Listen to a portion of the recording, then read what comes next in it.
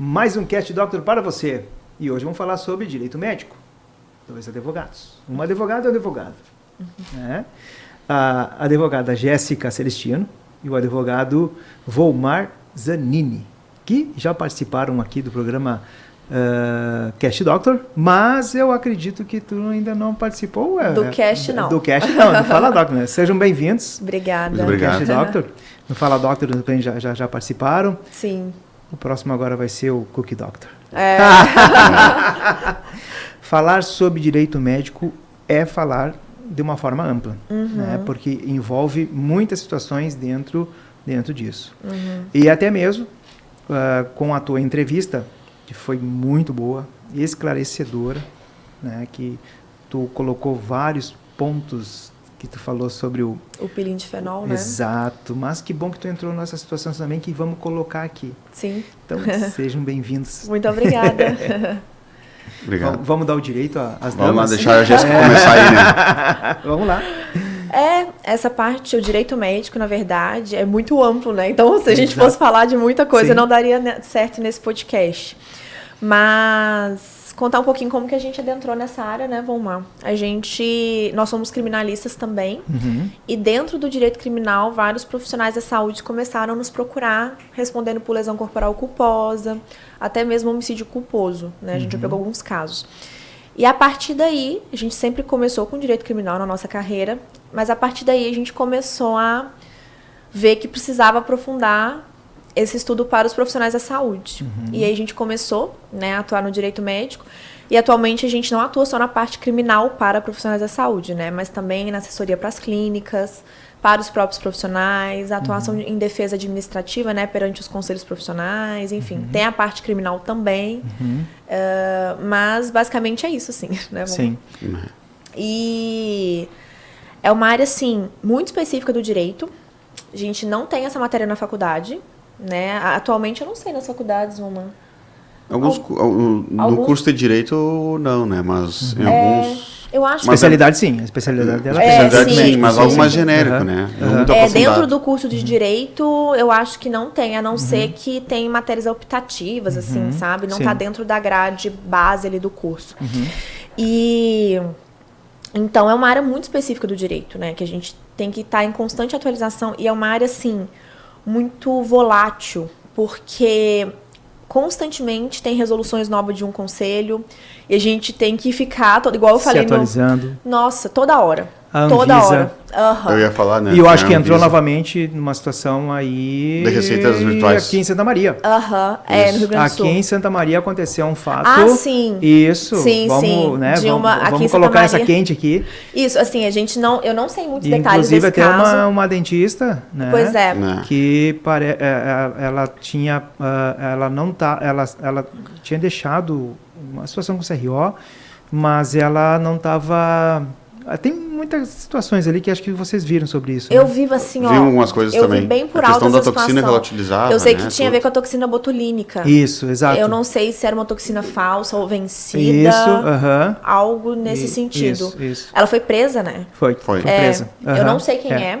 Realmente eu não sei. não foi foi divulgado divulgado o nome. o nome. Não faço ideia de quem Isso. seja. Uhum. Mas... Mas pra te ver que a Anvisa tá em cima. Sim, sim. Né? Além do mais, quando tu falou lá do... Do pilindifenol. Exatamente. Que aconteceu dela encerrar, né, o produto e um produto bom. Sim. Não é? Que tem eficácia, que tem resultado, né? Sim. Mas, por essa situação, acabou acontecendo da Anvisa. Por isso que eu te falo, essa dentista parece, né? Eu não sei, acho que é uma mulher, não sei Era uma mulher é dentista. uma mulher, né? Que foi presa também, pra você ver como que o direito médico está muito ligado ao direito criminal, né? Por isso que eu Claro, falei que a gente sim. começou no direito Sim. criminal e fomos migrando, né? Mas, de fato, assim, existem muitos profissionais, sempre existiu, mas agora nessa área da estética, que é uma das áreas de maior risco, né? Dentro da medicina, da odontologia, de todas as áreas da saúde, é uma área de maior risco que a gente vê, risco jurídico.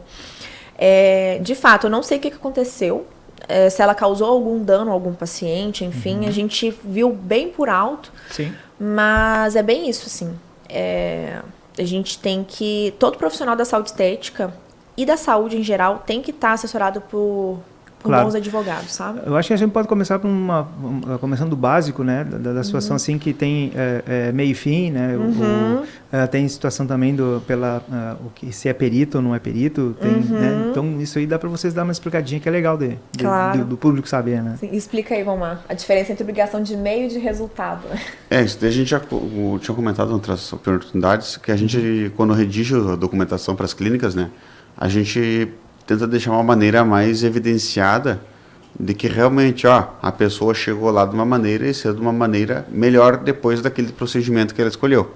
Né? Isso depois de alguns estudos, cursos, enfim, especializações que eu e a Jéssica fizemos, a gente entendeu métodos melhores de redação do termo de consentimento livre e esclarecido. Né? Então, dentro da maneira que a gente faz ali, a pessoa coloca, hoje eu me sinto de tal maneira, após o procedimento me sinto assim. Né? Digamos que de 1 a 5 a pessoa entrou 1 ou 2 e ela marcou depois do procedimento 3, o resultado foi entregue. Né? Então, esse tipo de documentação personalizada faz com que o médico, o dentista, assim, o profissional da saúde e da estética consiga ter tranquilidade na hora de realizar seu trabalho. Né? Porque tem gente que trabalha correto e acontece coisas que não estavam previstas. Então, tendo essa assessoria preventiva aí, faz com que, digamos, o profissional tenha um sonho mais tranquilo, um sono mais tranquilo, né? E consiga cada vez mais alavancar a sua clínica, seu espaço, sua empresa, porque o pessoal às vezes procura nós, porque eu estou recém no início. É o melhor momento de tu começar tudo direitinho. Vai começar certo. Porque ali, a gente daí, lá no escritório também tem essa parte que a gente comentou no outro episódio, do direito do trabalho. Né? Então, nessa parte, porque, digamos, um médico procura nós, um cirurgião plástico, ele entende tranquilamente o que ele pode, o que ele não pode, ele conversa conosco, a gente tem um bom assunto. Mas passar isso para uma pessoa na recepção, né, um contato da secretária com o paciente tem que ser muito bem instruído, muito explicativo, para que a secretária passe todas as informações necessárias e também saiba responder o básico para essa pessoa. E não sabendo responder, tem que procurar o seu superior, né, para poder sanar tudo, para o paciente nunca ficar em dúvida do procedimento e do que fazer após o procedimento. Né? Exato. Mas a diferença da obrigação de meio para de resultado, né, que é um dos conceitos básicos assim, dentro do direito médico. O que acontece? A obrigação de meio é aquela em que a pessoa ela se obriga a dar o melhor dela dentro da técnica, né? Dentro da técnica prevista na literatura, enfim, para que ela consiga dar o melhor resultado possível para o paciente. Mas ela se obriga em dar o melhor dentro daquele processo. Já a obrigação de resultado, a pessoa ela se obriga em entregar um resultado. Que foi o que eu falei. E aí, o que acontece? Dentro das áreas da saúde, né, assim, área estética, enfim, dentro da própria medicina mesmo, vou trazer exemplos dentro da própria medicina porque fica mais claro. Nós temos médicos, por exemplo, clínico geral, cardiologista, endócrino, dermatologista, cirurgião plástico, né? O clínico geral, o cardiologista e o endócrino, em tese, eles têm uma obrigação de meio, ou seja, eles vão entregar o melhor para aquele paciente. Isso conforme os nossos tribunais entendem, tá? Já os nossos tribunais entendem, que inclusive a gente não concorda, né, Vomar, que a obrigação dos profissionais da saúde estética, que são, por exemplo, cirurgião plástico, dermatologista e etc., é de resultado, porque eles partem do pressuposto de que questões estéticas são questões fúteis, cirurgias estéticas muitas vezes são cirurgias eletivas e que por isso, como o paciente decidiu melhorar a estética dele, sem precisar de fato daquele procedimento, então o profissional estaria obrigado a entregar o resultado. Né? Só que essa questão ela é muito complicada porque, primeiro, a medicina, a gente sempre fala, né? A medicina ela não é uma ciência exata, nem a medicina, nem a odontologia, nem a farmácia, nenhuma profissão dentro da área da saúde é uma ciência exata. E é muito difícil você garantir um resultado, sendo que os seres humanos são diferentes, né? Por exemplo, irmãos gêmeos que aparentemente são iguais, podem responder de forma totalmente diferente a um procedimento. cirúrgico, né? Então, isso é muito complicado. Mas os nossos tribunais entendem que na área da estética existe essa obrigação de resultado, que a gente sempre combate nos processos judiciais, porque a gente só defende os profissionais da saúde, a gente não defende o paciente. Então, é bem complicada, né, Vomar, essa questão da obrigação de resultado, mas a gente sempre tenta combater. Existe alguns entendimentos no sentido de que, se o paciente, no termo de consentimento e na documentação, ele assina consentindo, aprovando que aquela obrigação do profissional não é de resultado, né? E se o profissional informa devidamente que não tem como ele garantir um resultado, por exemplo, uma pessoa no sobrepeso chega lá e quer sair igual uma Barbie, não tem como, né? Dentro da anatomia, dentro da literatura, não tem como alcançar aquele resultado por meio de uma cirurgia, entende? Então, se o paciente ele é munido dessas informações e concorda que a obrigação não é de resultado, então poderia ser afastado isso, sabe? Mas é igual o Vomar falou, né? Depende de uma boa documentação, uma documentação bem redigida, e não só a documentação, mas também as orientações jurídicas, para que o paciente também não fique vulnerável em relação a informações importantes sobre o procedimento. Com certeza, sem dúvida. Também tem aquela situação assim, o profissional foi imperito, que são 3 situações. Como é que é essa situação? A negligência, imprudência e imperícia. Isso aí. Quer falar, Vomar? Eu tô com medo, deixa eu continuar. Vamos, vai lá. Eu sou falante, viu? Já vi. A gente até falou lá sobre o peeling de fenol, né, naquele dia. Assim, a negligência é um não agir, né? Quando a pessoa, ela não age quando ela deveria agir. Certo. Né? Ela é omissa em relação a alguma questão. A imprudência é quando ela age de forma errada, né? De forma sem cuidado, né? Então, quando ela mete os pés pelas mãos, que a gente fala. Isso daí a gente gosta de usar de exemplo até, né, Jéssica? Digamos que o professor da autoescola, não, porque eu sou professor, eu sei acelerar. Certo. Né? Tem essa situação, mais ou menos, para poder entender que o direito tem essa dificuldade de ser um pouco mais abstrato, né?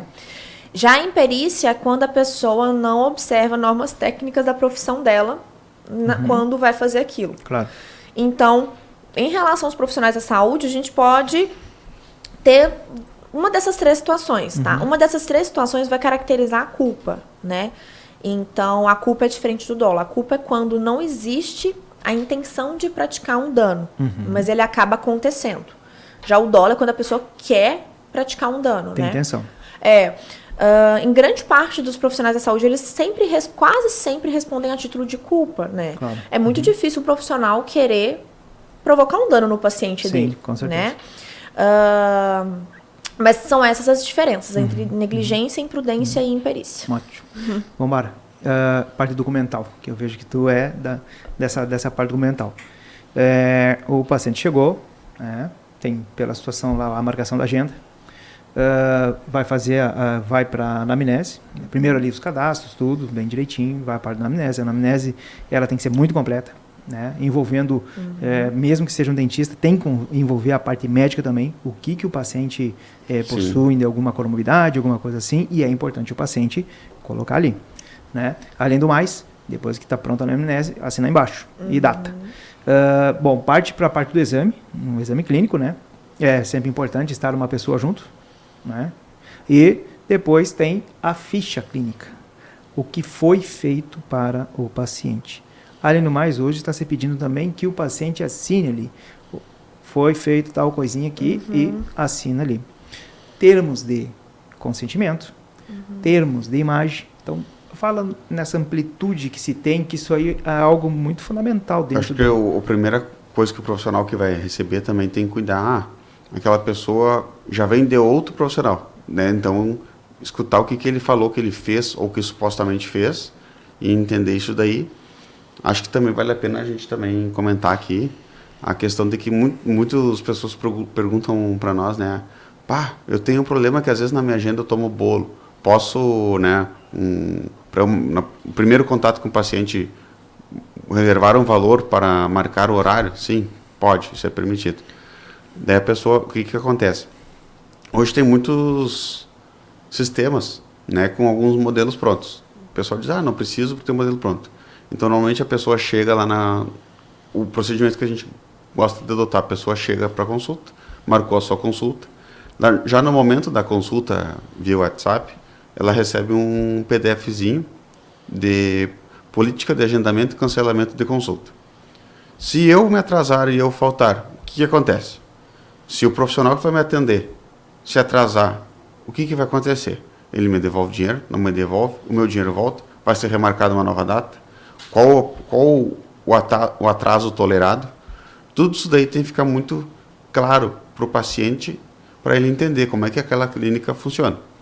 Primeiro passo, ela entender isso daí. Bueno, marcou, foi, ok, chegou lá.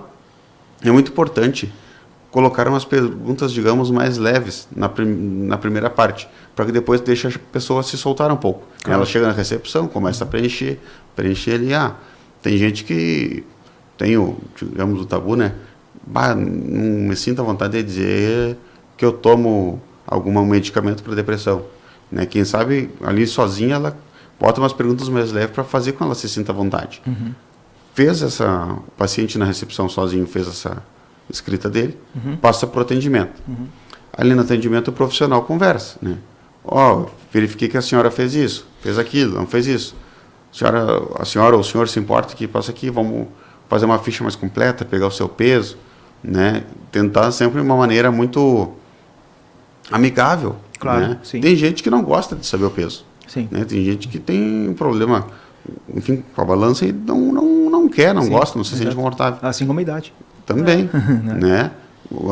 Às vezes é algum medicamento que não quer contar que toma, algum vício que não quer contar. É importante essa situação do medicamento. Medicamento, né? O paciente tem que falar. Sim. Qualquer coisinha, qualquer alteração, por exemplo, seja na parte do cirurgião, dentista ou médico, né, que deixou de falar que está tomando um remédio ou tem algum problema, isso aí pode afetar o trans, né? O transoperatório. Até só te interrompendo, mas sobre a questão da anamnese, assim, o que acontece? A anamnese, né, que é o quê? A avaliação do paciente, ela é um ato do profissional da saúde. Mas essa ficha de anamnese, que sempre é feito, é para quê? Para adiantar, para facilitar, é como se fosse um questionário mesmo, para o paciente dar informações ali, né, sobre a saúde dele, que são informações sigilosas, inclusive, né? O Vomar falou, a gente sempre fala, às vezes o paciente preenche ali na recepção, mas a gente sempre fala para as secretárias para elas não acessarem o conteúdo, elas fecham a pasta ali e entregam diretamente dentro do consultório do profissional. Até por isso, às vezes, a gente, na primeira parte, a gente deixa essas perguntas mais leves que não são íntimas. Digamos que seria uma folha qualificadora, né? O nome completo, essas coisinhas mais básicas, e depois daí vai explicando. E aí, mas é para ajudar também a otimizar o atendimento, mas também porque a partir do momento em que o paciente, igual você falou, o paciente ele preenche, assina, ele está dando veracidade sobre aquelas informações. Isso, exato. Então, se ele omite, por exemplo, a questão do medicamento, etc., e se acontece alguma intercorrência por causa da ausência dessa informação, a gente já tem uma prova de que, né? E já aconteceu conosco, né? A pessoa dizer que tem um peso e tem outro e deu intercorrência. É por isso que a gente sempre fala, para sempre pesar o paciente, tudo. Anestesia, né? Também. Tem uma situação que diferencia. Também, exatamente. E na parte do papel... Tem ansiedade, não tem ansiedade, né? Sim. Tudo isso daí influencia, porque às vezes a pessoa, né, vai fazer qualquer tipo de exame. Esses dias mesmo eu fui fazer um exame odontológico, daí eu digo, aqui vocês têm que lidar com todo tipo de gente, né? Porque eu sou uma pessoa que não dou bola. Eu chego lá, sento na máquina, gira o aparelho em volta da minha cabeça e eu tô nem aí. Né? Mas tem gente, eu digo, tem gente aqui que tu nem imagina. Fica com muita... Você sente mal, claustrofobia. Exatamente. Né? E tem que ter cuidado muito grande.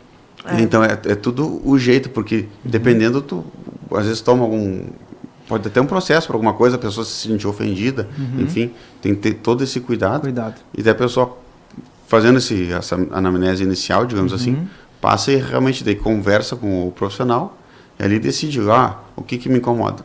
Me incomoda é a testa, os pés de galinha e aquilo ali. Né? Na conversa com o profissional vai chegar ali o que entende de necessário para colocar. Claro, tem aquelas pessoas que querem exagerar. Né? Então, a gente sempre conversa muito com o profissional que vai fazer isso para e ter aquele cuidado mais do que dobrado para dizer, ó, às vezes aquela pessoa ela tem uma distorção da imagem dela muito grande.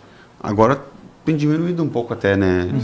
Mas tem que ter esse cuidado. Então, existem coisas que o profissional vai aprender apenas com a cancha da profissão, né? Exato, exatamente.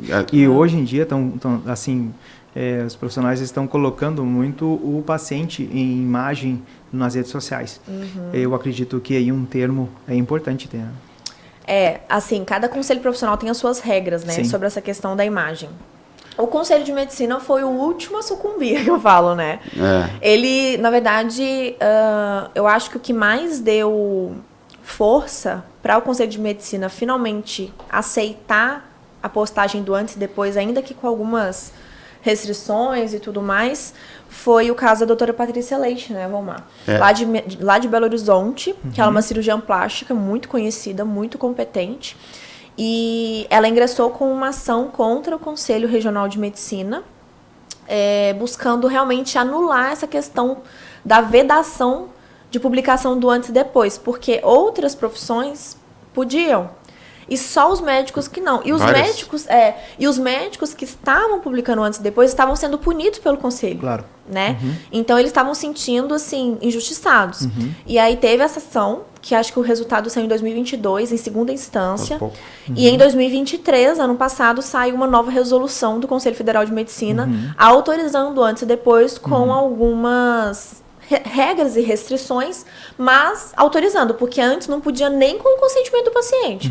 Então, assim, esse termo de imagem, antes dessa resolução, ainda que com o consentimento do paciente, o médico não poderia publicar. Claro. Sabe? Mas agora já pode. Mas, assim, sempre tem que ter o consentimento expresso. Com certeza. E outro ponto muito importante, esse consentimento que o paciente dá, ele pode ser revogado pelo próprio paciente a qualquer momento. Então, vamos supor que hoje o médico profissional da saúde, fez um procedimento no paciente, tá? Publicou. Daqui a uma semana, o paciente entra em contato e fala, ai, doutor, eu queria que você tirasse, porque, sei lá, me senti feia. Às vezes não é nada com o profissional. Claro, a gente sempre fala pro profissional para ele não tomar para si como se fosse uma ofensa pessoal. Não. Às vezes a pessoa se sentiu feia na foto. Acontece muito. Acontece, claro. Às vezes já aconteceu do marido implicar. Também. Do marido implicar. Mas ninguém sabe que é eu. Não, mas apareceu um pedaço da tatuagem. Isso, a pontinha. Exatamente. Já aconteceu de maridos implicarem. Então, a paciente, na hora, ela dá o consentimento. Aí, o marido vê, se estressa com ela, daí ela vai e pede. Então, assim, é revogável a qualquer momento. Então, a partir do momento que o paciente comunicou que quer tirar, tem que tirar. Ah, mas ele deu o consentimento antes, ele assinou o termo antes. Não importa. Ele pode voltar atrás. É um direito dele. E cuidar, né? De novo, voltamos para a documentação, né? Porque às vezes chega a pessoa, não, porque eu tenho tudo, peguei num combão aqui que tinha vendendo na internet. Daí a gente pede para avaliar a documentação, ver, é a anamnese, contrato de prestação de serviço, direito de uso da imagem. Bagunça. É um Frankenstein, né? Digo, assim, ó, e tem LGPD, né? Ela tá... digamos que ainda é nova aqui para nós, né? Mas tem características que devem ser mantidas por conta dela. Então, né? A anamnese é uma coisa, o termo de uso da imagem é uma coisa. Vai usar a imagem para quê? No quê? Qual o vínculo vai ser utilizado? Em qual meio? Em qual meio?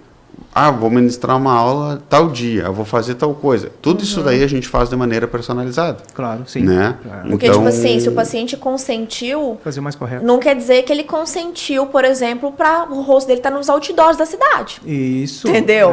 Então, tem que ter sempre a finalidade. E é sempre... pro Instagram? É pra aula? É pro YouTube?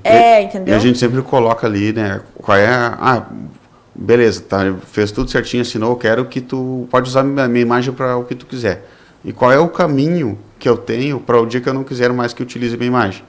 Né? A gente sempre deixa tudo especificado isso. Exatamente, para revogar isso. Sim. Documentação, tá? Hoje está indo muito para o digital. Né? Está se deixando, inclusive até radiografias, tomografias, ressonâncias, tudo está sendo pelos sites que se baixa e fica tudo no computador, digital. E esses que ficaram no passado? Digitalização, isso, né? Digitalização, aí arquiva. E quanto tempo esses documentos ficam guardados?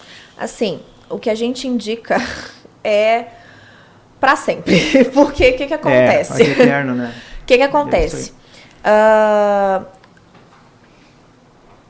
Cada vez que o paciente pode se renovar o período da prescrição da ação, né, Vomar? É que tem, só interromper um pouquinho a Jéssica rapidinho, que tem, por exemplo, tem a pessoa que faz o Botox sempre, mas tem a pessoa que faz o, digamos, Botox Day, ou Clube do Botox, que daí é a pessoa que é cliente já fidelizada o ano inteiro, né? É mais ou menos também daí, o que eu vou ter que fazer? É muito documento, é isso, aquilo, né? Então é mais ou menos isso que acontece. O ideal é sempre ter um banco de dados, tá? O que está no papel. Tem clínicas que ainda gostam do papel, tá? Tem muitas clínicas, eu mesma, Jéssica, eu sou muito do papel. Tô tentando me modernizar, mas eu sou muito do papel. Então tem clínicas que são do papel, mas ainda ela sendo do papel, eu sempre indico, deixa o arquivo físico no papel, mas não deixe de digitalizar aquilo e colocar numa nuvem, né? Num banco de dados seguro, porque se acontecer qualquer coisa, a gente tem ali o material digitalizado. Então eu sempre indico digitalizar, tá? Sim. E deixa naquele banco de dados, porque a questão é assim, a cada vez que o paciente vai se renovando o prazo, né, para uma ação judicial, mas em tese, o prazo prescricional de uma ação judicial, tá? De uma ação judicial contra profissionais da saúde, quando a gente fala, se o paciente for demandar este profissional na justiça, se a gente entender que se aplica o Código de Defesa do Consumidor, que atualmente é o entendimento majoritário dos tribunais, inclusive do Superior Tribunal de Justiça, aí o prazo é de 5 anos, o prazo prescricional. Mas é de 5 anos a cada ato, entende? Claro, então, vamos supor, se o paciente for hoje, for mês que vem, vai se renovando esse prazo a cada ato, entende? Entendi. Então, por isso que eu, particularmente, prefiro, no excesso da precaução, pedir para aguardar ali, por prazo indeterminado mesmo. Consultas e retorno. Cobrança da consulta, seja por convênio ou não. Convênio 15 dias, não convênio 30 dias de retorno. Tudo certo? Essa questão do retorno, ela é... Como é que eu vou te falar? Assim, o retorno... Não necessariamente o retorno tem que ser gratuito, tá? Sim. Quando que o retorno, de fato... a gente está falando juridicamente, tá? Quando que o retorno, de fato, ele é gratuito, entre aspas? Quando, dentro da primeira da consulta anterior, não conseguiu fechar o diagnóstico daquele caso. E pedir um exame. Exatamente. Tá. Entendeu? Certo. Então, se naquele caso ali o médico pediu exame de sangue, não sei o quê, ultrassom, não sei o quê. Tá, não fechou o diagnóstico ali. Então, a consulta não atingiu o seu fim ainda. Aí realmente precisa do retorno. Mas pode ser que naquela própria consulta o paciente já leve uma porrada de exames atuais. E não precisa de retorno. Exatamente. Entende? E no caso 15 dias, não conseguiu porque não conseguiu marcar os exames. E aí passou lá, aí voltou em 20 dias. Foi cobrado uma nova consulta. Aí entra a questão da política de agendamento e cancelamento que o Vomar falou. Porque não existe nada assim pré-estabelecido, digamos assim. Certo. O que acontece? Essa política de agendamento e cancelamento que ele falou é um PDF que a secretária da clínica manda para o paciente e é como se fosse um pré-contrato que é feito. E aí o paciente, ela pede para ele, tá ok, você concorda com essas regras? Até às vezes o pessoal deixa num totemzinho também na entrada da clínica. E aí, né? E aí o que acontece?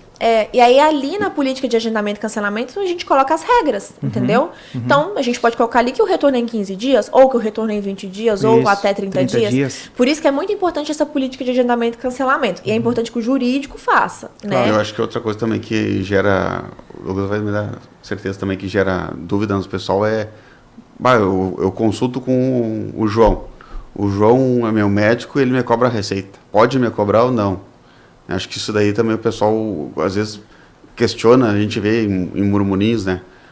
O fulaninho é meu médico e me cobra consulta, isso daí pode ou não pode? Não existe nada, como é que eu vou te dizer? É isso.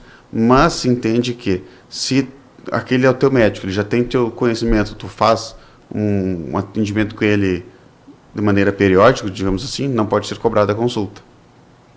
Não pode ser cobrada, a receita médica. Digamos, a receita médica eu já dei por 3 meses, 4 meses. Precisa de um novo exame ou algo assim, ou já faz muito tempo que a pessoa não consulta comigo.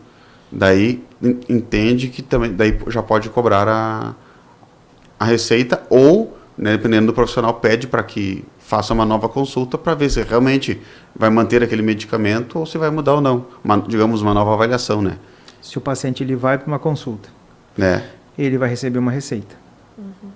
Mas ele paga a consulta, a receita não é cobrada. Porque a receita está dentro do tratamento. Sim. Beleza.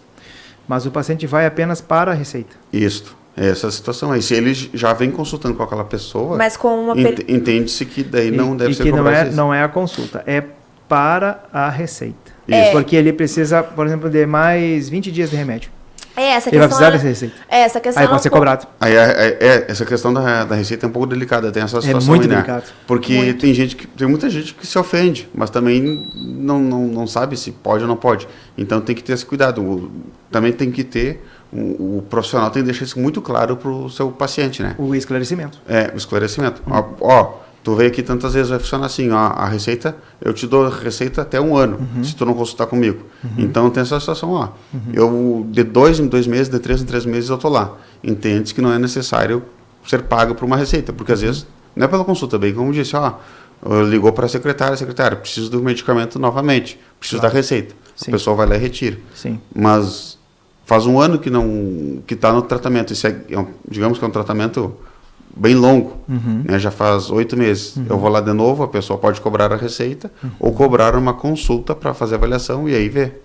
Claro. Só que essa situação é bem perigosa porque assim, o Conselho Federal de Medicina sempre fala que para qualquer prescrição tem que ter a consulta, tem que ter como é que eu posso dizer, a avaliação do paciente.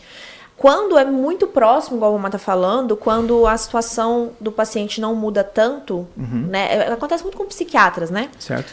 A situação do paciente, dentro de um curto período, se mantém a mesma, né? Aí sim faz sentido essa questão. Mas é sempre bom, para fins de prevenção, que o médico converse com o paciente ou faça, no mínimo, uma teleconsulta, assim, para entender se realmente a situação se mantém, se os sintomas se mantêm, né? Ou se eles diminuíram ou aumentaram, para ver se aquela medicação de fato faz sentido naquela dose, enfim. Então, por precaução, né, a gente é bom dar essa avaliada. Tem pacientes que vai para pedir uma receita para o médico ou para o dentista. E por vezes não é uma receita que seja de um tratamento. Não. Isso, tipo, avulso, aí não pode. Exatamente. Não outra pode. Situação também é atestado médico. É outra coisa. O atestado, o Richard tinha que estar aqui. Porque o Richard tem a carta. Exato. Exatamente. Tanto para a parte, né, de trabalho, como também pela parte escolar, né? Essa questão do atestado, assim, primeiro ponto, que é muito importante esclarecer. Muitos médicos, eles têm essa falsa crença de que é obrigado a colocar a CID, né, que é a classificação, né, da doença, dentro do atestado. E não, na verdade, o médico ou dentista, enfim, tô falando médico, claro, sim, né, para facilitar a exemplificação. Mas ele só pode colocar a CID se tiver autorização expressa do paciente. Então, vamos supor que a pessoa foi na UPA ou foi no psiquiatra mesmo e conseguiu um atestado para abonar a falta de trabalho. Do trabalho dele, tá? Porque para o trabalho dele, tem que colocar a CID? Aquela consulta... Isso. Em 1 hora que ele teve, ele vai receber o atestado. Isso. Beleza. Isso. Aí, para não trabalhar naquele dia ou dali a 2 dias. Tá. Então tá. Certo. Aí muitos médicos têm essa dúvida. Esse atestado que eu dei, porque a pessoa vai precisar faltar ao trabalho, ele tem que ter a CID da doença? Na verdade, não, por causa do sigilo profissional. O médico, ele não pode colocar a CID ali só se a pessoa autorizar, sem autorização do paciente. Senão ele vai estar violando o sigilo profissional. Entendi. Entendeu? Porque ele vai estar dando dentro, a partir de um código, Claro, sim. que qualquer pessoa consegue pegar aquele código, jogar no Google e descobrir qual que é aquela doença. Sim, com certeza. Ele vai estar colocando um código no diagnóstico, vai estar falando para o empregador o diagnóstico daquela pessoa. Ele não pode fazer isso. Mas isso daí acho que ia ser muito bom se tivesse o Richard e a Karen. Porque a gente podia chamar isso até, infelizmente acontece muito isso, a banalização do atestado, né? Sim. A banalização do atestado. A gente já teve situação, por exemplo, de a pessoa dizer que estava com... Ela falou que estava com pneumonia e era conjuntivite. E isso a pessoa foi de manhã, acho que era uma quarta-feira. Foi de manhã no UPA, sei lá onde é que era. Beleza. Daí, de tarde, a gente marcou. Tu tá doente? Beleza. Então, tu vai na medicina do trabalho da empresa. Foi lá, consultou. Era de 7 dias. Baixou para 3, porque foi verificado pela médica ali especializada da medicina do trabalho que não era isso. A pessoa saiu da medicina do trabalho achando um absurdo. Né? Por quê? Porque na sexta era feriado e no sábado tinha que trabalhar. Então, porque ela tinha antes perguntado se poderia viajar. Né? Então, daí saiu da medicina do trabalho e foi de novo, acho que foi na mesma médica até, ou acho que foi em outra, não me lembro. Do SUS. Do SUS aí. E no mesmo dia ela teve 2 diagnósticos. Um que estava com conjuntivite e outro que estava com pneumonia. Ou sinusite, negócio. Né? Então... E assim, o que acontece? O médico ele não pode colocar CID sem autorização. Aí, nesse caso, o Richard, por isso que eu falei, o Richard, o nosso sócio que trabalha com a parte trabalhista para empresas. Claro. E ainda é dono da Intacta, então ele tem mais conhecimento ainda. Se o médico colocou a CID e o trabalhador entrega aquele atestado com a CID para o empregador dele, o que o empregador vai fazer? Vai pegar aquela CID vai no Dr. Google. E vai no Google para ver. Ou já tem a ficha ali também, né? E se o empregador desconfiar que aquele código, né, que a gente fala, a classificação ali da doença, não condiz com o relato, ele pode pedir para o médico da medicina do trabalho ratificar, confirmar ou não aquele atestado, entendeu? Então Certo. ele pode colocar a CID da munição para questionar. Agora, nem todo médico sabe que não precisa colocar a CID, entendeu? E, na verdade, isso é muito complicado porque uma situação dessa, por exemplo, essa menina poderia processar a médica, não processar a médica do SUS, no caso, processar né, o Estado, Claro, sim. porque houve violação em tese do sigilo profissional. A gente não sabe se ela consentiu ou não, ou se aquela médica colocou de forma automática, Pois é, porque isso acha aí. que pode. Não sei se todo Isso mundo daí a sabe. gente pode puxar até para a nossa parte que a gente faz, né? Porque lá entre uma sala tava essa pessoa que dizia que estava com pneumonia, mas estava com um profissional ali. Depois dizia, eu deixo colocar minha CID aí. E depois, como é que vai comprovar que ela disse isso? Exatamente. Porque Aí, numa sala como. entre 2 pessoas. Não. E aí? Só gravando. Aí o que a gente recomenda? Colocar embaixo no atestado, colocar assim, CID autorizada pelo paciente. Quem autoriza ou não autoriza? O paciente assina. Exatamente. Isso. Sim. Entendeu? Olha isso. Mas assim, na dúvida, não coloca. Vamos lá. O paciente, né, a pessoa foi no médico, no dentista, recebeu lá 72 horas de atestado. Patrão olhou lá, no outro dia, essa pessoa tomando banho na praia, tudo e coisa e tal. Aí ele diz, isso não tá errado. O que pode complicar o profissional? O profissional da saúde? Claro. Olha, igual eu falei, vai depender, né, do caso, assim. Porque o médico, ele tem autonomia. Médico, dentista e São etc. duas situações. Ou realmente ela deixou de fazer o pós-operatório, alguma coisa aconteceu e ela tá na praia porque quis. Exatamente. Ou o médico...